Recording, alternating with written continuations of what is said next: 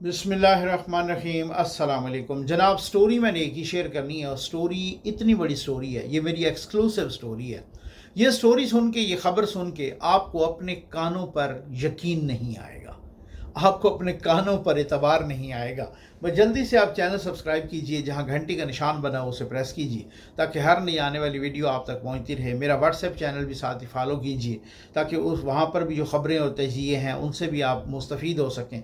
और साथ ही हमारे वाटर प्रोजेक्ट्स लग रहे हैं, अल्लाह के करम और आपके ताउन से लग रहे हैं, बेआब इलाकों में लग रहे हैं, अल्लाह के घर के सामने लग रहे हैं, जहाँ पे लोग जोड़ों का पानी पी रहे हैं। अपने मरहूमीन के इसाले सवाब के लिए कम अज़ कम एक वाटर प्रोजेक्ट ज़रूर लगाइए, प्यासी इंसानियत की प्यास बुझाइए। मैं आता हूँ इस बड़ी स्टोरी पर। ये बड़ी मेरी एक्सक्लूसिव स्टोरी है।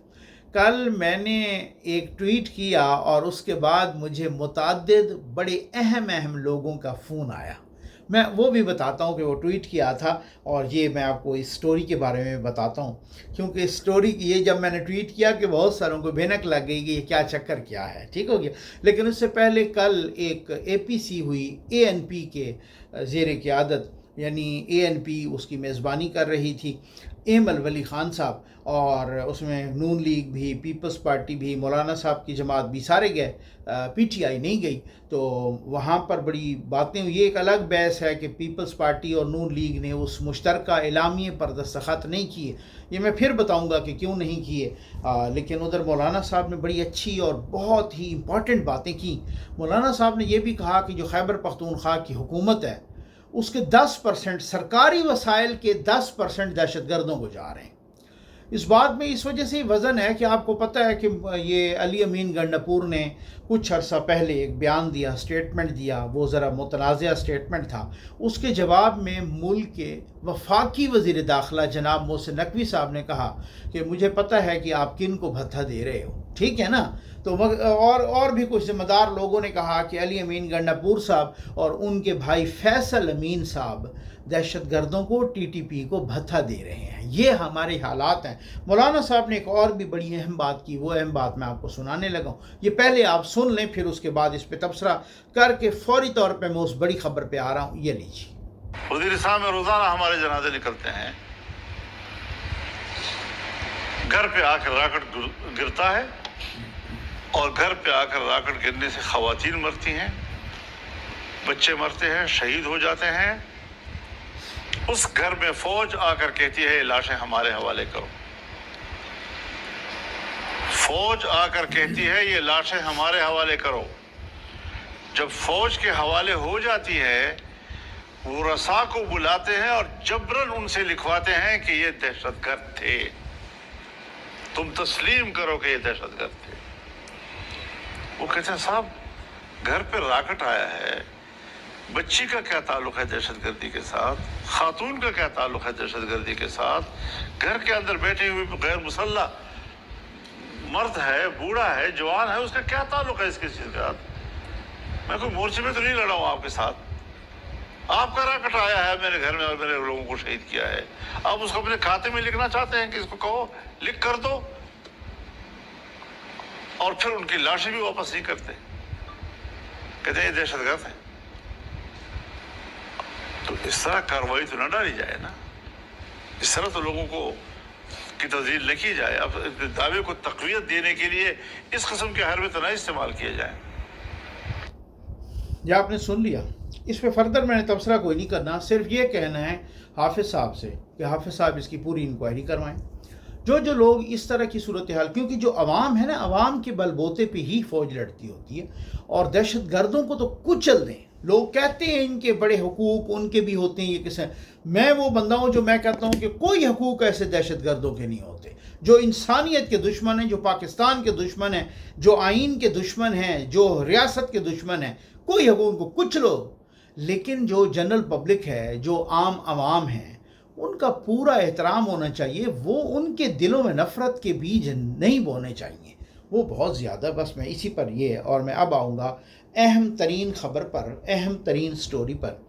मैंने कल एक ट्वीट किया, और या X पर जो पोस्ट है, तो जब मैंने ट्वीट किया तो फिर उसके बाद मुझे कुछ अहम लोगों के, जिनमें से कुछ सियासी थे, कुछ सहाफ़ी थे, उन्होंने बड़ा मतलब इसको एंडोर्स किया मेरी बात को, ठीक हो गया। अच्छा, वो ट्वीट किया था, पहले तो आप ये ट्वीट सुने ना। मैंने ट्वीट किया कि इस वक्त ज़मीनी हक़ाइक़ ये हैं, मैं बड़ा चबा चबा के पढ़ रहा हूँ, ज़रा इसको ज़रा गौर से सुनिएगा। इस वक्त ज़मीनी हक़ाइक़ यानी ग्राउंड रियलिटीज़ ये हैं कि रियासत उकड़ों बैठ के कैदी इमरान खान से हाथ जोड़ के मुआफ़ी मांग रही है और वो मुआफ़ी नहीं दे रहा। कल और आज का सुहेल वड़ाइच का कॉलम पढ़ लें, सब क्लियर हो जाएगा। इसके अलावा हुकूमत का वज़ीर हुज़ैफ़ा रहमान कह चुका है कि हमने इमरान खान को बरतानिया जाने की ऑफ़र की थी। तहरीक इंसाफ वाले तो बड़ी बड़ी ऑफ़र्स की बात कर रहे हैं, लेकिन जो हुकूमत और रियासत खुद मान रही है, मैं तो उसकी बात कर रहा हूँ। अल्लाह का नाम है बाबा, बस फार्मल सी माफ़ी मांगो, गुंगलुओं से मिट्टी झाड़ो और फिर जिधर मर्जी जाओ या इधर कहीं बैठो, असम्बली में आओ, बस चुप रहो, बाकी मज़े करो। मतलब आपने ख़ुद तस्लीम कर लिया कि इन पर यानी कैदी नंबर 804 पर केसेस की नौइयत कानूनी नहीं जनूनी है, सियासी है। लेकिन इस सब के बावजूद वो जेल में बैठ के भी मान नहीं रहा, ना मुआफ़ी मांगने और ना चुप रहने पर रज़ामंद हो रहा है। और ये सूरत हाल दिन ब दिन बिगड़ती जा रही है। हो सकता है किसी को ये बात बुरी लगे, लेकिन ज़मीनी हकीकत यही है।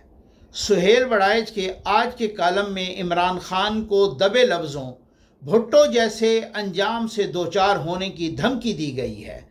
इसलिए रियासत बहुत मजबूर है कि किसी तरह इस डियर कैदी जी से जान छुड़ाई जाए। वही बात है कि मैं तो कंबल को छोड़ता हूँ, लेकिन कंबल मुझे नहीं छोड़ता। अब मसला ये है कि रियासत के लिए उसे बग़ैर किसी डील के छोड़ना इंतहाई ख़तरनाक है और खुदा न खास्ता उसे मारना इंतहाई मोहलक है। बुरी तरह फंस गई ये रियासत। अल्लाह ताला पाकिस्तान पर करम फरमाए। ये मैंने ट्वीट किया। इस ट्वीट को बहुत सारे लोगों ने एंडोर्स किया। उन्होंने कहा जी ये जो भी आपकी मालूमात है ये बड़ी ठीक है, ठीक हो गया। अच्छा, जब इस तरह की एंडोर्समेंट मिलती है या कोई सेकंड कर रहा होता है, कुछ ने तो मुझे ये भी मुझसे पूछा कि आपको कैसे पता चला। मैंने कहा सर सोर्स तो आपको पता है, किधर साफ ही बताता है, कुछ भी हो जाए। हम सोर्स बताएं तो फिर तो वीलाग करना, फिर तो सहाफ़त करना बंद कर दें ना, अगर हम सोर्स बताएं। लेकिन कुछ चीज़ें ऐसी होती हैं सर। सुहेल वड़ाइच साहब ने 2 कॉलम लिखे, एक परसों एक कल। परसों वाला उन्होंने कॉलम लिखा कि जी मेरी मुलाकात हुई है ब्रसल्स में आर्मी चीफ साहब से। वो मैंने उस पर तफसील से वीडियो कर चुका हूँ। और उसमें उस कॉलम में एक बात कि अगर सियासी मसालियत चाहिए तो सच्चे दिल से माफ़ी मांगो। मैंने कहा था भाई अगर आपने उनसे माफ़ी मंगवानी है या माफ़ी मंगवा के ही उनको छोड़ना है तो फिर 9 मई और शहीदों के मुजस्मे तोड़ना और वो सारा कुछ और उनको मास्टरमाइंड कहना और मास्टरमाइंड और जो सहूलतकार हैं उनको भी नहीं छोड़ेंगे, वो चीज़ें किधर जाएंगी अगर सिर्फ माफ़ी की बुनियाद पे ही। अगर यही ज़िद है कि माफ़ी मांगो और चले जाओ, ठीक है, तो फिर तो मैं समझ आ गई ना आपको। और मैंने ये कल भी कहा था। कल जो कॉलम लिखा है सुहेल वड़ाइच साहब ने, उसमें तो बिल्कुल सारी कुछ क्लियर हो चुकी है ना चीज़। उन्होंने कहा है कि जनाब जुल्फ़िकार अली भुट्टो को भी, उनकी पार्टी को भी इसी तरह का जोम था। वो भी यही समझते थे कि हम बहुत ज़्यादा पॉपुलर हैं, हम ये हैं वो हैं। आखिर पर उनको भी एक अलमिये से दो चार होना पड़ा पाकिस्तान को, जुल्फ़िकार अली भुट्टो को हम ज़ाया कर बैठे वगैरह वगैरह। तो ये एक आप वो कॉलम पढ़ लें। वो दबे लफ्ज़ों में नहीं, दबे लफ्ज़ों में तो मैंने कहा है, खुले लफ्ज़ों में इमरान खान को एक धमकी है, ठीक है। यहाँ तक भी कहा कि ये जो यूट्यूबर हैं जो आपको बाहर नहीं आने देते या ये तो तारा मसीह का काम कर रहे हैं। तारा मसीह वही था जिसने जुल्फ़िकार अली भुट्टो का वो लीवर खींचा था, ठीक। अच्छा, अब बात ये है कि बहुत सारी चीज़ें ये जो मैं जिसकी बात कर रहा हूँ, یہ مجھے کچھ اس ذرائع سے معلومات ہوئی ہیں کہ جی خان صاحب اس وقت ریاست کے گلے کی ہڈی بن چکے ہیں، نہ اسے اگل سکتی ہے ریاست، نہ نگل سکتی ہے۔ معاملہ یہ ہے کہ اس کو کب تک رکھنا ہے جیل میں۔ اب اگر جیل میں وہ مزید بھی چل گیا جیسے رانا ثناء اللہ صاحب نے کہا ہے تو ریاست کے لیے بہت مشکل ہو جائے گا۔ اگر آلریڈی بھی ان کی یار کوئی 74-75 سال عمر ہے، خدا نخواستہ اسے جیل میں ویسے کو خدا نخواستہ ہو جاتا ہے تو بڑی مصیبت بن جائے گی، بہت زیادہ مصیبت بن جائے گی۔ اب اگر اسے چھوڑنا ہے، اگر ویسے وہ باہر آ جاتا ہے تو اس نے تو یہاں پہ بالکل زمین گرم کر کے رکھ دینی ہے ریاست کے لیے، حکومت کے لیے، اس نے بہت مصیبت بنانی ہے۔ ہاں اگر چھوڑنا ہے اسے تو کسی ڈیل کے تحت کہ جی چپ کر کے بیٹھ جاؤ۔ سہیل وڑائے صاحب نے بھی یہی کہا ہے کہ جی چپ کر کے بیٹھ جاؤ، کہ آپ چپ کر کے بیٹھتے ہیں، مزے کریں، یا پھر انہوں نے تو بہت بڑی بڑی آفرز کی نا، میں اس کی بات نہیں کر رہا، میں پی ٹی آئی کی بات نہیں کر رہا۔ صاحبزادہ حامد رضا صاحب نے تو یہ بھی کہا ہے کہ عمران خان صاحب کو یہ بھی آفر ہوئی کہ آپ باہر آئیں، آپ الیکشن لڑیں، آپ اسمبلی میں پہنچیں، بس چپ کر کے بیٹھیں۔ اس نے نہیں مانا، ٹھیک ہے نا۔ خود حذیفہ رحمان صاحب نے کہا، یہ میں وہ باتیں کر رہا ہوں جو حکومت کے سورسز کہہ رہے ہیں، خود حذیفہ رحمان صاحب نے جو حکومت کے وزیر ہیں، جو شہباز شریف صاحب کے قریب ہیں، انہوں نے کہا کہ جی وہ جو برطانیہ کی، یعنی نام تو نہیں لیا، کہ برطانیہ کی جو سفیر ہیں ان کا بہت ہی اچھی دوستی ہے جمائمہ خان کے ساتھ، تو انہوں نے سفارش کی، وہ ادھر بھی آئیں، اسٹیبلشمنٹ کو ملی، حکومت کو جاتی عمرہ بھی گئیں، وغیرہ وغیرہ وغیرہ۔ پھر ہم راضی ہو گئے کہ اچھا ٹھیک ہے، ہم اسے برطانیہ بھیج دیتے ہیں، لیکن ایک شرط ہے، اور وہ شرط یہ ہے کہ 9 مئی پر معافی مانگے، اور یہ معافی مانگے 9 مئی پر۔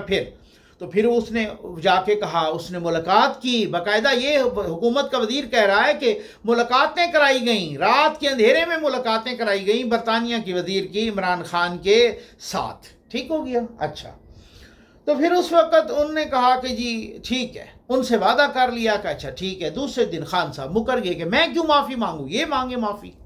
تو تب وہ برطانیہ کی جو وزیر ہے وہ بھی ہاتھ کھڑے کر لیے۔ پھر اس کے بعد ہم بھی مکر گئے، ہم نے کہا نہیں بھیجتے۔ ہم نے ایک اور کہا کہ جی چلیں آپ اگر مڈل ایسٹ کے مثلا سعودی عرب یا یو اے ای ادھر کہیں جانا چاہتے ہیں، ادھر وہ خان صاحب نہیں جانا چاہتے تھے۔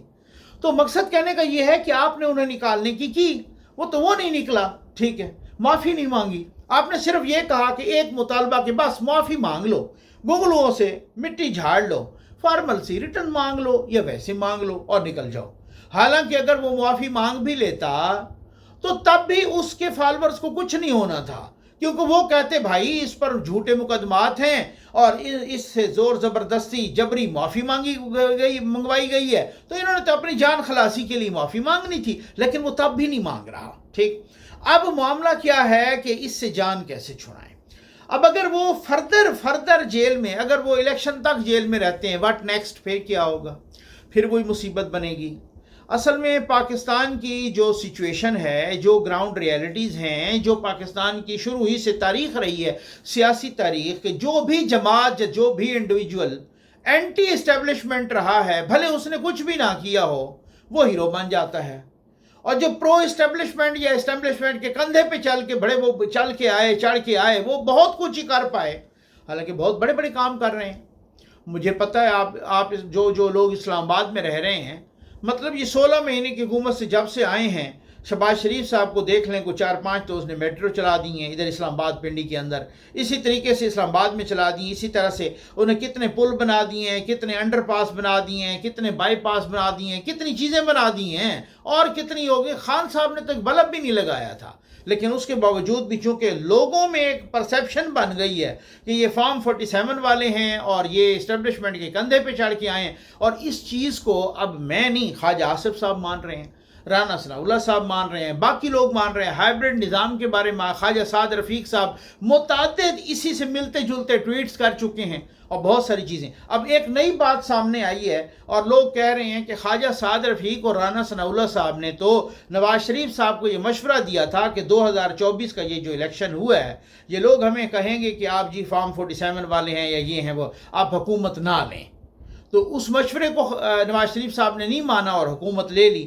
آج حکومت کو فائدہ ہے، لیکن پی ایم ایل این کو بطور جماعت سب سے بڑا نقصان ہو رہا ہے، اور گراؤنڈ پر نقصان ہو رہا ہے. اگر کوئی کہے نا تو کوئی مسئلہ نہیں ہے, آپ ذرا گھومیں, مارکیٹ میں جائیں, ذرا گلیوں میں جائیں, ذرا تھوڑا سا سروے کریں.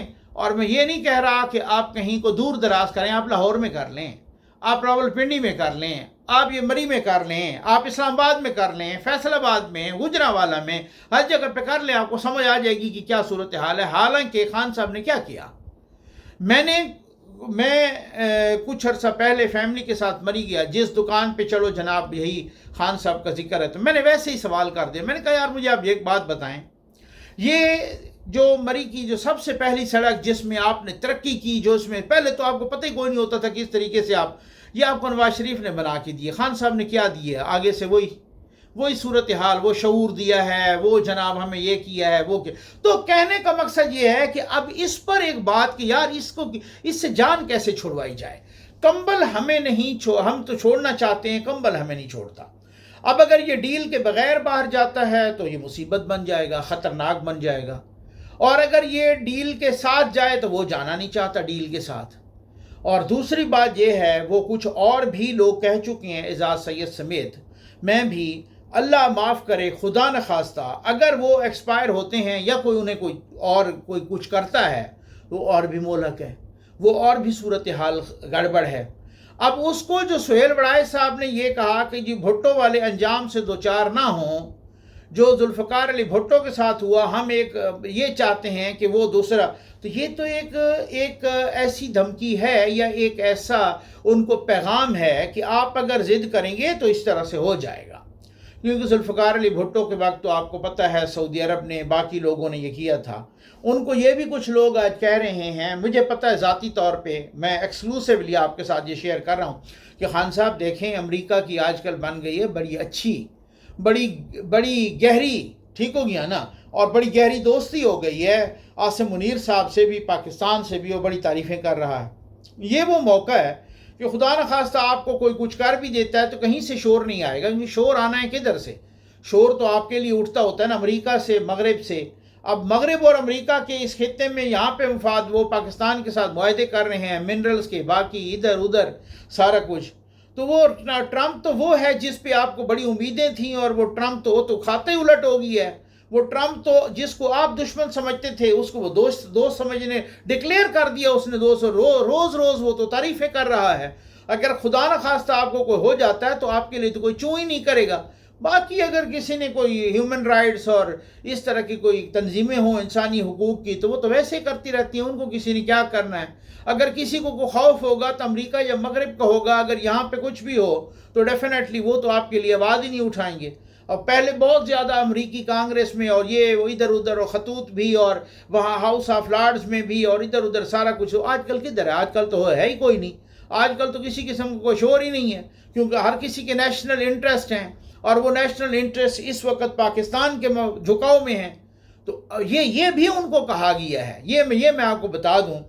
تو اب بات یہ ہے کہ بہت سارے لوگ کہتے ہیں بھئی یار اس سے کس طرح سے جان چھڑائی جائے ایسی کہ یہ حکومت کو بھی سکون سے حکومت کرنے دے, چپ کر کے بیٹھے. اب وہ خان صاحب چپ کر کے نہیں بیٹھتے. اب یہ بڑا مسئلہ بنا ہوا ہے, اور وہ اسی وجہ سے دھمکی آمیز ایک دبے لفظوں میں یا کھلے لفظوں میں ان کو دھمکی بھی دی گئی ہے, اور کہا گیا ہے کہ اگر آپ بندے نہیں بنو گے, یعنی مقصد کہنے کا یہ ہے کہ اگر آپ بندے نہیں بنو گے تو پھر دوسرا آپشن وہی ہے جو ذوالفقار علی بھٹو کے ساتھ ہوا تھا, آپ کے ساتھ بھی ہو سکتا ہے. کیونکہ یہاں بہت سارے لوگ پھر یہ بھی ایک الگ بات ہے, کہتے ہیں کہ جی وہ اور زمانہ تھا, یہ اور زمانہ ہے, یہ سوشل میڈیا کا زمانہ ہے. بھائی بات یہ ہے, نو ڈاؤٹ سوشل میڈیا کا زمانہ ہے. یہ جو اسرائیل کر رہا ہے, جو غزہ میں, جو فلسطین میں, یہ سوشل میڈیا پہ نہیں آ رہا روز. جس طریقے کی بچوں کی تصویریں آ رہی ہیں, جو ویڈیوز آ رہی ہیں, جو جس طریقے سے وہ وہاں پر اس کو اناؤنس کیا ہے انٹرنیشنل کرمنل کورٹ نے, اس کے وارنٹ گرفتاری جاری کیے ہیں, اور وہاں سے وہ امریکہ سے ہو کے کئی دفعہ آ گیا نیتن یاہو. تو پھر اب بات یہ ہے کہ اس حوالے سے تو بہت ساری چیزیں وہاں بھی سوشل میڈیا پہ ہیں نا.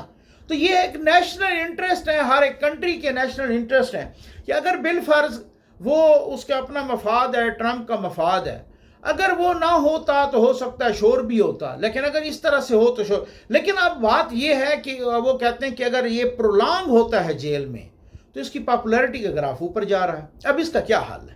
ठीक है ना। अगर ये जेल में मजीद प्रोलॉन्ग होता है तो इसके पॉपुलैरिटी का ग्राफ, इसकी मकबूलियत का ग्राफ तो ऊपर, ये एक अलग बहस है कि मकबूलियत किस लिए उन्होंने किया है, ये इसको छोड़ दें। लेकिन जो ग्राउंड रियलिटी है वो यही है कि ये मजीद अगर रहता है तो यार इसकी पॉपुलैरिटी का ग्राफ तो ऊपर जा रहा है, वो नीचे तो आ नहीं रहा। आप इसको जितना बदनाम कर लें, अब आज उसकी ये सूरत हाल है कि आप उसकी पार्टी के सारे लोगों को नाअहल कर दें, नाअहल हो जाएंगे, वो खाली हो जाएगी, उसके 50-60 लोग 70 लोग जितने लोग हैं सारे के सारे आप इलेक्शन करवा लें, एक ही जमात को मसलन नून लीग को 2/3 मेजॉरिटी मिल जाएगी वगैरह मिल जाए, आप अपनी अमेंडमेंट्स भी करवा लें, सारा कुछ। What next? अगला इलेक्शन तो आएगा, उसने नए बंदों को खड़ा कर देना है कि लो जी।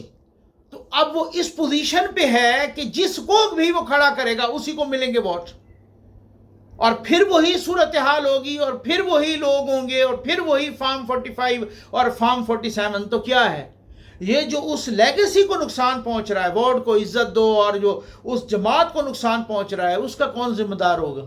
जो बहुत सारे अब अंदर से आवाज़ें आ रही हैं। कल मुझे हैदर शरादी साहब ने भी फ़ोन किया, जो जियो के जंग के रिपोर्टर हैं, बहुत अच्छे रिपोर्टर हैं, बहुत बोल्ड रिपोर्टर हैं। उन्होंने कहा नकवी साहब ये जो आपने ट्वीट किया है ये पिन करने के लायक है ये ट्वीट। मुझे ये यहाँ पर इक़्तिदार की और पार्लियामेंट की राहदारियों में काफ़ी अरसा हो गया, ये हैदर नकवी साहब मुझे कह रहे थे, ठीक हो गया ना। और ये मैं इसको सेकंड करता हूँ, और मैं एक नून लीग के बहुत ही अहम तरीन रहनुमा के साथ, अहम वो उन्होंने 2 मरतबा कहा कि बहुत ही अहम, ठीक हो गया ना, रहनुमा के साथ, और वो मुतफक्किर थे इस सिलसिले में। वो कह रहे थे कि जी बिल्कुल बहुत ज़्यादा मतलब ये जो है ना सिचुएशन गड़बड़ है, बहुत मामलात गड़बड़ हैं, ठीक हो गया। और वो भी यही कह रहे थे कि हो सकता है नेशनल डायलॉग शुरू हो, और वो महमूद अचकज़ई के बारे में जिसको मैंने पिछले वीलाग में भी उनकी बात की थी कि कल की एपीसी में भी नेशनल डायलॉग पे बात की है। किसी तरीके से इससे जान छुड़वाओ, इससे बाहर निकालो। अगर ये मज़ीद रहता है तो इसकी मकबूलियत आगे जाती है, और अगर खुदा न खास्ता ये खुद एलिमिनेट होता है या खुदा न खास्ता कोई करता है तो एक और मुल्क बहुत ही मुसीबत पड़ जाएगी। ये एक ऐसी गले की हड्डी बन चुका है कि वो ना निगली जा सकती है ना उगली जा सकती है। ये एक सूरत हाल है। ये मैं कुछ और भी एक्सक्लूसिव न्यूज़ आपके सामने साथ शेयर करूंगा, लेकिन सारे एक ही वीडियो में तो ना मांगे करें। उम्मीद है आपको वीडियो पसंद आई होगी। आपका बहुत बहुत शुक्रिया। अस्सलाम वालेकुम नाज़रीन इकराम, ज़फ़र नकवी वेलफेयर फाउंडेशन के साफ़ पानी महफूज ज़िंदगी प्रोजेक्ट में मोहतरम नदीम अंजम साहब ने अपने मरहूम विलायत हुसैन साहब की साल सवाब के लिए एक वाटर प्रोजेक्ट अतिया किया, जो कि पानी के मसाइल ज़दा इलाक़ा की एक मस्जिद में आज नस्ब किया गया। खुदावंद मुताल से दुआ गो हैं कि अपने पाक हबीब सल्लल्लाहु अलैहि वसल्लम के सदक़े मरहूम विलायत हुसैन के दर्जात को बुलंद फरमा कर जन्नतुल फिरदौस में आला मकाम अता फरमाएँ, और बरोज़ महशर इन्हें जामे कौसर से सैराब फरमाए। और अल्लाह ताला नदीम अंजम साहब और उनकी फ़ैमिली पर अपनी रहमत और बरकत नाज़िल फरमाए। इनको हर किस्म की परेशानी, दुख और मुसीबत से अमान अता फरमाए। इनके रिज़्क़ जान माल में बरकत अता फरमाए।